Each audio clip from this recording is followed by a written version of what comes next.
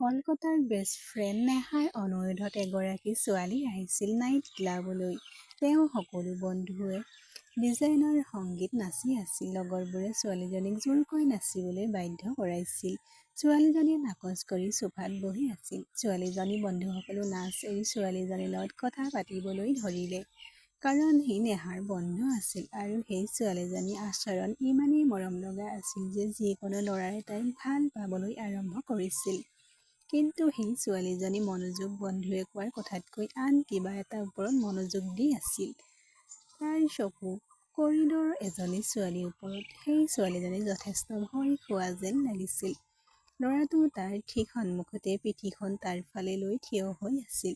সেই ছোৱালীজনীয়ে ইংগিতেৰে বন্ধুসকলক কৈ আছিল যে কৰিডৰত থকা সেই ছোৱালীজনীৰ লগত কিবা এটা ভুল হৈছে। সন্মুখত থিয় হৈ থকা ল'ৰাটোৰ বাবে হয়তো তাই কান্দিছে। সেই ল'ৰাটোক আমি এটা পাঠ শিকাব লাগে। ছোৱালীজনীৰ বেষ্টি নেহাই তাইক এই বিষয়ত জড়িত নহ'বলৈ পৰামৰ্শ দিয়ে। কিন্তু তাইও তাৰ কথা নুশুনিলে। লগে লগে ছোৱালীজনীয়ে কৰিডৰত আহি মানুহজনক পিঠি দি তাইৰ ফালে থিয় কৰি দিলে। তেতিয়া ছোৱালীজনীয়ে বুজি নোপোৱাকৈয়ে সকলোৰ সন্মুখত তাক চৰ মাৰিলে। ল'ৰাটোক চৰ মাৰিলে। তাত থিয় হৈ থকা মানুহবোৰে থতমত খাই তাৰ ফালে চাবলৈ ধৰিলে। ল'ৰাটোক চৰ মৰাৰ লগে লগে পিছফালে থকা দেহৰক্ষীসকল আগবাঢ়ি আহিল।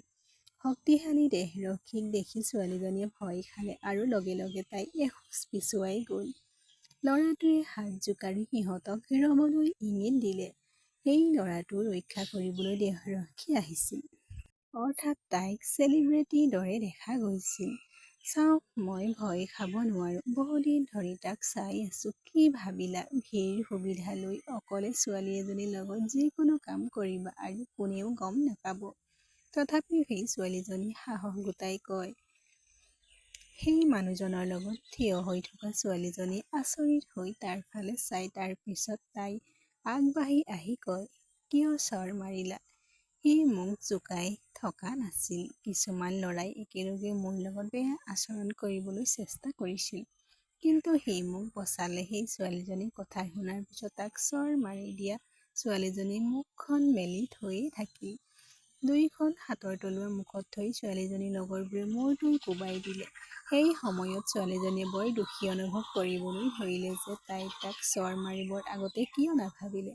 তাই নিজৰ ভুলটো উপলব্ধি কৰিব লাগিছিল। তাই কান্দি থকা মুখ এখনেৰে ল'ৰাটোলৈ চায়।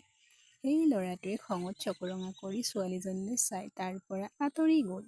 লগে লগে ছোৱালীজনীয়ে ল'ৰাটোৰ পিছে পিছে দৌৰি ওলাই আহে। ল'ৰাটো নাইট ক্লাবৰ কাষত থিয় হৈ আছিল। সেই ছোৱালীজনী তালৈ আহে। হেই শুনা প্লিজ। সেই ছোৱালীজনীৰ মিঠা মাতটো শুনি ল'ৰাটোৱে থতমত খালে। পিছলৈ ঘূৰি ছোৱালীজনীলৈ চালে। গতিকে তাক আৰু বেছি খঙাল যেন লাগিল। তালৈ চাই থাকোতে হাতেৰে গালত মৰম দি সি তাৰ পৰা আঁতৰি যাবলৈ ধৰিলে। বন্ধু, মই আপোনাক ক্ষমা কৰিব কৈছো। ভুল বুজাবুজি হৈছিলো। ক্ষমা কৰিব। ল'ৰাটোৰ পিছফালে খোজ কাঢ়ি গৈ থাকোতে ছোৱালীজনীয়ে কৈ আছিল। ছোৱালীজনীয়ে বাৰে বাৰে তাক বুজাবলৈ চেষ্টা কৰিছিল যদিও ল'ৰাটোৱে যেন কোনেও মাত শুনিব পৰা নাই। সি মাত্ৰ খোজ কাঢ়ি গৈ থাকিল।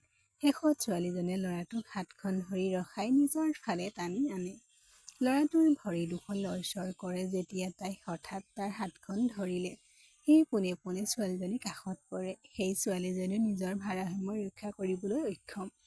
তললৈ পৰি থকা সময়তে ল'ৰাটোৰ মুখখনে ছোৱালীজনীৰ গালত স্পৰ্শ কৰে। সি দেখে যে তাইৰ হাত দুখন গালত থৈ দিয়া হৈছিল। ল'ৰাটোৱে তাইৰ মুখখন চুই চাওঁতে ছোৱালীজনীয়ে চকু দুটা মুদি দিলে। তাইৰ হৃদয় স্পন্দন খুব বেগেৰে, যিটো ল'ৰাটোৱে স্পষ্টকৈ অনুভৱ কৰিব পাৰিছিল। সেই ল'ৰাটোলৈ মন দি চালে সি। সেই মুখখন চিনাকি হৈ পৰিল। জয় ল'ৰাটোৱে ছোৱালীজনীৰ মুখলৈ চাই বিৰিবিৰাই উঠে। সেই ছোৱালীজনীয়ে যেতিয়া তাৰ মুখখনৰ পৰা নামটো শুনিলে, তাইও ভাবিবলৈ ধৰিলে। তাই চকু মেলিলে। ল'ৰাটোৱে তাইৰ ফালে চাই থাকিল। সাগৰীয়া নীলা চকুত হেৰাই গলো। জয় এই কথা কৈ ছোৱালীজনীয়ে তাৰ গালত হাত থৈ দিয়ে। সেই ল'ৰাটোৱে সেই ছোৱালীজনীৰ পৰা তাৰ নামটো শুনাৰ লগে লগে সিও আচৰিত হ'ল। সি তাইক চিনি পাইছে যদিও মুখত দেখাবলৈ নিদিলে। সেই ছোৱালীজনীৰ চকুত আনন্দৰ চকুলো ওলাই আহিল। এনে লাগিল যেন তাইৰ চকুপানীবোৰ এই মুহূৰ্তটোৰ বাবে কোনে জানে কিমান বছৰ ধৰি অপেক্ষা কৰি আছিল তাৰ সাক্ষাৎ।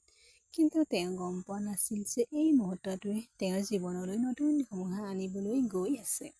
আনহাতে সেই ল'ৰাটোৰ মুখত অভিযোগ পাহাৰ দেখা গৈছিল। মোক আঘাত কৰাৰ পিছত সি সুধিলে, আকৌ ভাল পাবনে?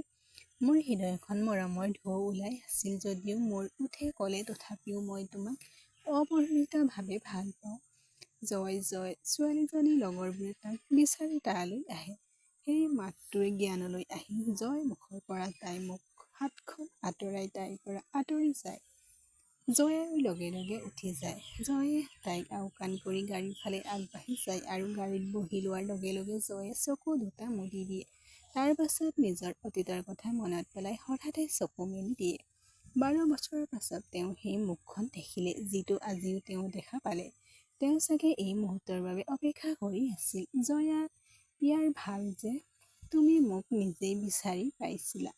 তুমি মোৰ কামটো আৰু সহজ কৰি তুলিলা। তাৰ পিছত ধ্বংসৰ বাবে সাজু হওক। তুমি মোৰ মাক দেউতাকৰ হত্যাকাৰী। এই কথা মনতে ক'লে ল'ৰাটোৱে নিজৰ অতীতক মনত পেলাই কান্দি উঠে।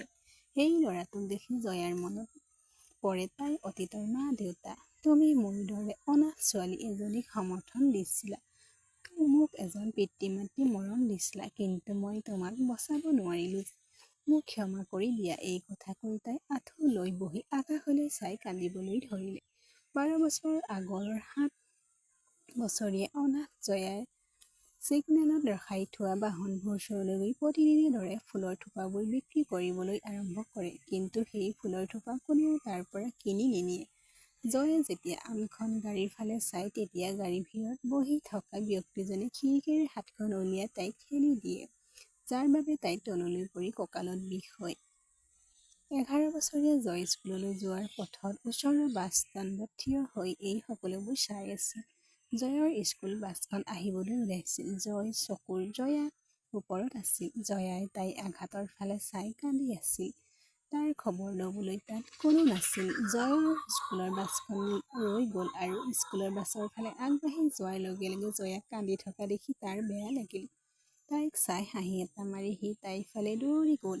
আপুনি ভালেই হ'ব। জয়াক সমৰ্থন কৰিবলৈ হাতখন আগবঢ়াই জয়ে ক'লে। সমনীয়া কাহি জয়াৰ পিছফালৰ পৰা অহা মাতটোৰ ফালে মুখখন ঘূৰাই দিলে। তাই নীৰৱ চকুৰে জয়ালৈ চাই তাইৰ সমৰ্থন লৈ থিয় হ'ল। জয়ে তাইক বাছ ষ্টেণ্ডৰ বেঞ্চত বহিবলৈ দিলে। জয়ে বেগৰ পৰা ৰুমাল এখন উলিয়াই জয়াৰ আঘাতপ্ৰাপ্ত কঁকালত বান্ধি দিলে। ধন্যবাদ মোক সহায় কৰাৰ বাবে, নহ'লে আমাক কোনেও সহায় নকৰে। জয়াই নিৰ্দোষীভাৱে ক'লে।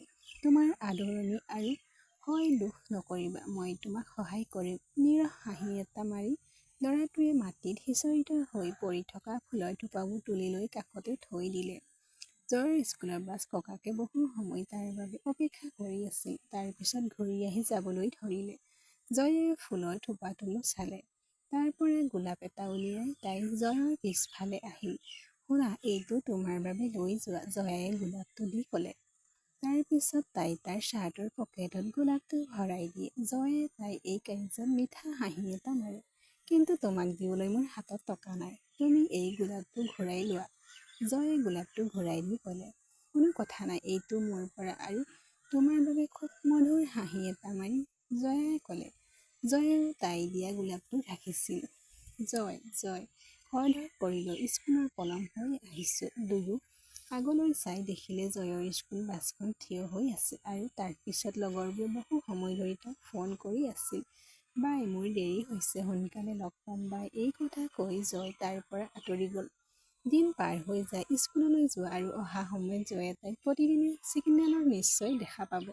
কিন্তু জয়া তেওঁক ক'তো দেখা নাপায়। এদিন সেই একেজনী ছোৱালীয়ে মন্দিৰৰ বাহিৰত বহি ফুল বিক্ৰী কৰি আছিল। তেতিয়া তাইৰ চকু এটা ভাল পৰিয়ালৰ এজন মধ্যবিত্ত মানুহৰ পাৰ্চটো চুৰি কৰিবলৈ চেষ্টা কৰা চোৰ ল'ৰা এটাৰ ওপৰত পৰে আৰু সেই মানুহজনে ফোনত কথা পাতি আছিল। ইফালে ল'ৰাটোৱে ভিৰৰ সুবিধা লৈ ফোনত কথা পতা মানুহজনৰ পাৰ্চটো চুৰি কৰি পলাই যাবলৈ ধৰে। লগে লগে ছোৱালীজনীয়ে উঠি তাৰ বাটত বন্ধ কৰি দিয়ে। সেই ছোৱালী, বাট এৰি যা, ল'ৰাটোৱে খঙেৰে কয়। ছোৱালীজনীয়ে দুষ্ট হাঁহি এটা মাৰি মাটিৰ পৰা বালি অলপ তুলি তাৰ মুখত পেলাই দিয়ে, যিটো তাৰ চকুত সোমাই যায়। চোৰৰ ল'ৰাটোৱে চকু দুটা ঘঁহি থকাৰ সময়তে চুৰি হোৱা পাৰ্চটো হাতৰ পৰা সৰি পৰে। তাৰ পিছত ছোৱালীজনীয়ে লগে লগে পাছটো তুলি মানুহজনৰ ওচৰলৈ উভতি যায় আৰু চোৰৰ ফালে আঙুলিয়াই সকলো কথা কয়। লগে লগে চোৰৰ ল'ৰাটো ভিৰৰ মাজত হেৰাই যায়। তাইৰ হাতৰ পৰা পাছটো লৈ মানুহজনে তাই নিৰহ অনুগত্য দেখি হাঁহিছে। পাপা যাওঁ, পিছফালে থিয় হৈ থকা ল'ৰাটোৱে মাত দিলে। গতিকে ল'ৰাটোৰ দেউতাকে সকলো কথা কয়। ল'ৰাটোৱে ঘূৰি চাওঁতে তাৰ মুখখন মিঠা হাঁহি এটা ওলাই আহিল আৰু ছোৱালীজনীও হাঁহি হাঁহি তাৰ ফালে চালে। এইজনে আছিল এই ছোৱালীজনীয়ে বাস্তৱত পোৱা জয়। তেতিয়া সেই ল'ৰাটোৱেও দেউতাকক কয় যে আমি লগ পাইছোঁ। জয় আছিল মোহনলালৰ একমাত্ৰ পুত্ৰ। মোহনলাল বৰ ভাল মনৰ মানুহ আছিল। আগতে চৰকাৰী কাৰ্যালয়ত কেৰাণী হিচাপে কাম কৰিছিল আৰু উৎকোচ লোৱাৰ কামটো তেওঁ একেবাৰে ভাল নালাগিছিল। পুতেক জয়ৰ সকলো কথা শুনি মোহনলালে ছোৱালীজনীক সুধিলে, সোণজনী তোমাৰ নাম কি? তাইক এনেকৈ সুধিলে। তাই দুখ মনেৰে ক'লে, নাজানো, এই পৃথিৱীত মোৰ নাম ল'ব পৰা কোনো নাই। তাইৰ কথা শুনি মোহনলালে বুজি পায় যে ছোৱালীজনী অনাথ আৰু সেয়েহে সি এটা সিদ্ধান্ত লৈ তাইৰ নিৰহ মুখখন চুমা খায়। জয়ে তাইৰ দুখটো দেখা নাপালে। আমি আছোঁ নহয় পাপা, জয়ে খৰধৰকৈ দেউতাকক ক'লে। হয় ল'ৰা, ময়ো একেই কথা ভাবি আছিলোঁ। আজিৰ পৰা আমি তাইৰ খবৰ ল'ম। লালে জয়ক কৈ মৰমেৰে ছোৱালীজনীৰ মুখখন আদৰ কৰি নিজৰ ঘৰলৈ লৈ আহিল। সেই ছোৱালীজনীক বৰ সুখী যেন লাগিছিল যদিও সেই দুখীয়া ছোৱালীজনীৰ জীৱনত সুখ ফুলি উঠাৰ আগতেই ভাগ্যই নিজৰ খেল খেলিবলৈ ধৰিলে। মোহনলালৰ ঘৰলৈ আহি জয়া মাক সুনীতি বৰ সুখী হৈছিল। তাইও ছোৱালীজনীৰ নাম জয়া ৰাখিছিল। জয় আৰু জয়া দুয়ো ভাল বেষ্ট ফ্ৰেণ্ড হৈ পৰিল। ইজনে সিজনৰ পৰা কেতিয়াও বিচ্ছিন্ন নহ'ব বুলি নিজকে প্ৰতিশ্ৰুতি দিছিল।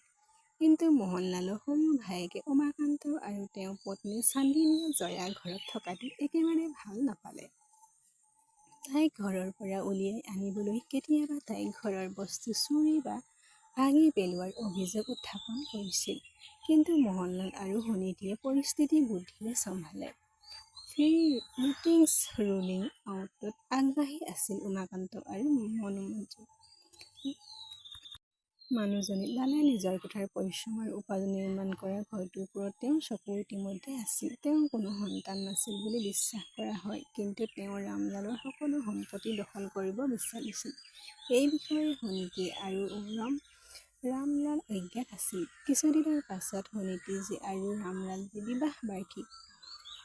জয় আৰু জয়া তাক আচৰিত কৰিবলৈ ওলাইছিল যে সিহঁতৰ তাৰ বাবে প্ৰস্তুত ব্যস্ত হৈ পৰিছিল। আনহাতে ৰামলাল আৰু সুনীতিৰ বিৰুদ্ধে কিছু ষড়যন্ত্ৰ ৰচনা কৰা হৈছিল। কিন্তু সেই নিৰহ ল'ৰা-ছোৱালীবোৰে নাজানিছিল যে ভাগ্যৰ পৰৱৰ্তী খেলখন সুখৰ হ'ব নে চকুলোৰ খেল। আমি গম পোৱাৰ আগতেই মোহনলাল আৰু সুনীতিৰ বিবাহ বাৰ্ষিকী আহি পালেহি। সেইদিনা মোহনলালো অফিচৰ পৰা সোনকালে উভতি আহিল।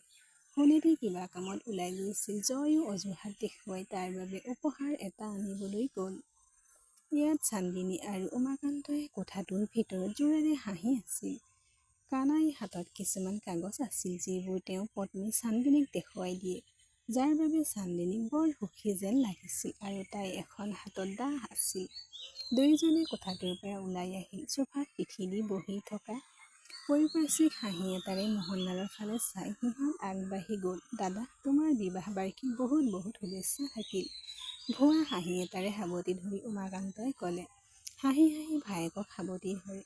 কিছু মুহূৰ্তৰ ভিতৰতে তেওঁৰ মুখৰ ভাৱ বিষ ভাৱলৈ সলনি হৈ গ'ল। চকু দুটা ৰঙা হৈ পৰিল। পেটত হাতখন থৈ সি দেখিলে যে উমাকান্তই পেটত দা এখন সুমুৱাই দিছে। সি বিশ্বাস কৰিব পৰা নাছিল যে সৰু ভায়েকে ইমানখিনি কোঁচৰাই থাকিব পাৰে। দীঘলকৈ উশাহ এটা লৈ সি ক'লে, আপুনি এই চুটটো কিয় কৰিলে মোক কোৱা উচিত আছিল। ভাই, তুমিও বৰ নিৰ্দোষী। কোনে ৰাস্তাত পৰি থকা সেই অনাথ ছোৱালীজনীক ঘৰলৈ আনিছিল? কালি তুমি তাইৰ নামত এই সম্পত্তিটো ট্ৰেন্সফাৰ কৰিব পাৰিলাহেঁতেন। চান্দিনীয়ে সম্পত্তিৰ কাগজবোৰ সন্মুখত ৰাখি ক'লে। চান্দিনীবেন মাত্ৰ ইমান সৰু কথা, ইমান সৰু কথাৰ বাবে, ইমান ডাঙৰ খেলৰ বাবে, ইমান ডাঙৰ প্ৰতাৰণা, এই বুলি কৈ তাইৰ উশাহ নিশাহ দ্ৰুত হৈ পৰিল আৰু হঠাতে সি তললৈ পৰি গ'ল। সুনীতি যেতিয়া ঠেচখলৰ ভিতৰত ভৰি দিলে, তাই থতমত খালে আৰু তাই দুৱাৰৰ ওপৰত ক্ষন্তেক সময়ৰ বাবে অজ্ঞান হৈ থিয় হৈ থাকিল। দুয়োৰে আচল ৰূপটো তাইৰ সন্মুখত আছিল। তাৰ পিছত তাই উজুতি খাই পৰি সিহঁতৰ ফালে দৌৰি আহি চান্দিনী আৰু উমাকান্তক বৰ জোৰেৰে চৰ মাৰিলে। তাই খঙেৰে সিহঁতৰ ফালে চাই আছিল। মোহনলাল তেজেৰে তিতি পৰি আছিল। তাৰ শৰীৰত অলপ জীৱন উশাহ বাকী আছিল। সুনীতি কিবা এটা ক'বলৈ চেষ্টা কৰি আছিল সি। লগে লগে সুনীতি মোহনলালৰ কাষত বহিল। তাই কোলাত মূৰ থৈ তাই কান্দিবলৈ ধৰিলে। তাই তোমাৰ একো হ'বলৈ নিদিওঁ। মই এতিয়া ওচৰ চুবুৰীয়াক ফোন কৰিম আৰু সকলোকে তেওঁলোকৰ কাম কাজৰ কথা জানিব লাগে। এই কথা কৈ সুনীতিয়ে দুয়োৰে ফালে চাই, যিটোৱে তেওঁৰ বাবে একেবাৰে কোনো পাৰ্থক্য কৰা নাছিল। কিন্তু ভায়েকৰ হত্যাকাণ্ডৰ সত্য সকলোৰে আগত প্ৰকাশ পাব বুলি ভয় খাইছিল উমাকান্তই। সুনীতিয়ে অশান্তিৰে কান্দে। উমাকান্তই চান্দিনীক কিবা ক'বলৈ ইংগিত দিয়াৰ আগতেই চান্দিনীৰ হাতৰ পৰা কটাৰীখন লৈ যায়। চান্দিনীয়ে কটাৰীখনেৰে ডিঙিটো কাটি পেলায়। তাৰ পাছত সুনীতিৰ প্ৰাণ হেৰুৱায়। সুনীতি মোহনলালৰ মূৰত মূৰ নমাই চকু দুটা চিৰদিনৰ বাবে মুদি দিয়ে। তাতে শেষ উশাহ গণি থকা মোহনলালৰ পত্নীৰ সুনীতিক মাৰপিট কৰা দেখি চিঞৰি উঠে আৰু সিও লাহে লাহে চকু দুটা মুদি দিয়ে। নীৰস জয় আৰু জয়াৰ মাক দেউতাকক আচৰিত কৰাত ব্যস্ত আছিল। জয় কোঠাটোত বহি নিজৰ হাতেৰে বনোৱা পৰিয়ালৰ অংকনটো লৈ আনন্দেৰে চাই আছিল। পিছত ড্ৰয়িংটো থৈ ৱাক আউট কৰা হয়। কিন্তু গৈ থাকোঁতে তেওঁৰ ভৰিখনে বাতিটোৰ পৰা পানীখিনি স্পৰ্শ কৰে। তেওঁৰ মৰমলগা অংকটো নষ্ট হৈ যায়। কৰিডৰত খোজকাঢ়ি গৈ থাকোঁতে জয়ৰ চকুৰে মাক আৰু দেউতাকক বিচাৰি ফুৰিছিল। তেনেতে উমাকান্ত আৰু চান্দিনী চোফাখনৰ ওচৰত থিয় হৈ থকা দেখি পায়। নিজক পৰি থকা মোহনলাল আৰু সুনীতিৰ শৰীৰত থকা তেজবোৰলৈ তললৈ চাই তাই আতংকিত হৈ পৰিছিল। উমাকান্ত আৰু চান্দিনীৰ বিপদজনক ষড়যন্ত্ৰৰ বিষয়ে তেওঁৰ কোনো ধাৰণা নাছিল। কান্দি কান্দি তাই মোহনলাল আৰু সুনীতিৰ মৃতদেহ ওচৰত বহি তাই তাক তুলিবলৈ চেষ্টা কৰি আছিল। সৰু মা আৰু সৰু পাপা, প্লিজ চাবা মা আৰু দেউতা, কি হৈছে? তেওঁ কিয় উঠা নাই? তাই কান্দি কান্দি দুয়োকে এই কথা কৈ আছিল। কিন্তু দুয়োৰে মুখত লাজৰ কোনো প্ৰকাশ নাছিল। নীলজ হাঁহি মাৰি আছিল। সি ওপৰলৈ চোৱাৰ আগতে চান্দিনীয়ে তাইৰ ফালে চালে।